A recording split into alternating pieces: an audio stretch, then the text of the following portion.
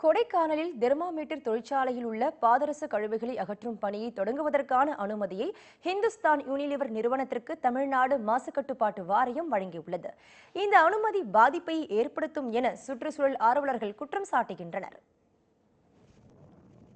1984 இருந்து கொடைக்கானலில் செயல்பட்டு வந்த ஹிந்துஸ்தான் யூனிலிவர் தெர்மாமீட்டர் தொழிற்சாலை பாதரசம் தொடர்பான பாதுகாப்பு வழிமுறைகளை சரியாக கையாளவில்லை என்று 2001ஆம் ஆண்டு மூடப்பட்டது. அதனைத் தொடர்ந்து அங்குள்ள பாதரச கழிவுகளை அகற்ற பல்வேறு போராட்டங்களுக்கு பின்னரே யூனிலிவர் நிறுவனம் ஒப்புக்கொண்டது. அந்த கழிவுகளை அகற்றும் பணியை 3 மாதத்திற்கு சோதனை அடிப்படையில் நடத்த தமிழ்நாடு மாசு கட்டுப்பாட்டு வாரியம் அந்நிறுவனத்திற்கு அனுமதி வழங்கியுள்ளது.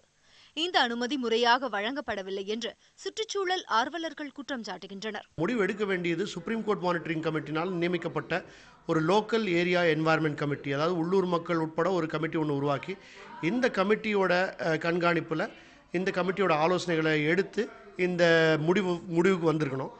இந்த கமிட்டியோட கூட்டமே ஒரு வருஷமாக கூட்டாமல் அது ஒரு மறைமுகமாக இந்த முடிவு எடுக்கப்பட்டிருக்குது.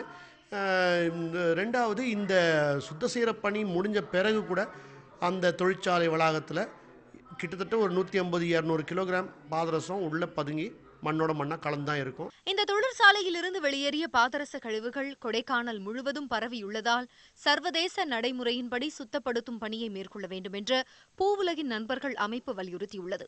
வெறுமனே அந்த ஃபேக்டரிக்குள்ள இருக்க கழிவுகளை மட்டும் அகற்றது சரியா இருக்காது. ஏன்னா பல ஆண்டுகளாக இந்த கழிவுகள் மழை பெஞ்சு பல்வேறு இடங்களுக்கு பரவி போயிருக்கும். மெர்க்குரி லீச்சிங்னு சொல்லுவாங்க பல்வேறு பகுதிகள். அதுவும் அது குறிப்பாக அந்த தொழிற்சாலைக்குள்ள பகுதி ஒரு பெரிய ஒரு பள்ளத்தாக்கு பக்கத்தில் இருக்குது. அப்போ அங்கேருந்து மழை பெஞ்சு நிறைய மெர்க்குரி கீழே வரைக்கும் போயிருக்கும். அந்த சுற்று வட்டாரத்தில் ஒட்டுமொத்த பகுதியிலும் உள்ள மெர்க்குரியின் அளவை சர்வதேச தரத்துக்கு நீக்கணும். பாதிக்கப்பட்ட மக்களுக்கு யூனிலிவர் நிறுவனம் நிவாரணத்தை வழங்க ஒப்புக்கொண்டாலும் பாதரச கழிவால் பாதிப்படைந்த இடங்களை முழுமையாக சுத்தம் செய்தால் மட்டுமே ஆபத்திலிருந்து தப்பிக்க முடியும் என்கிறார்கள் நிபுணர்கள்.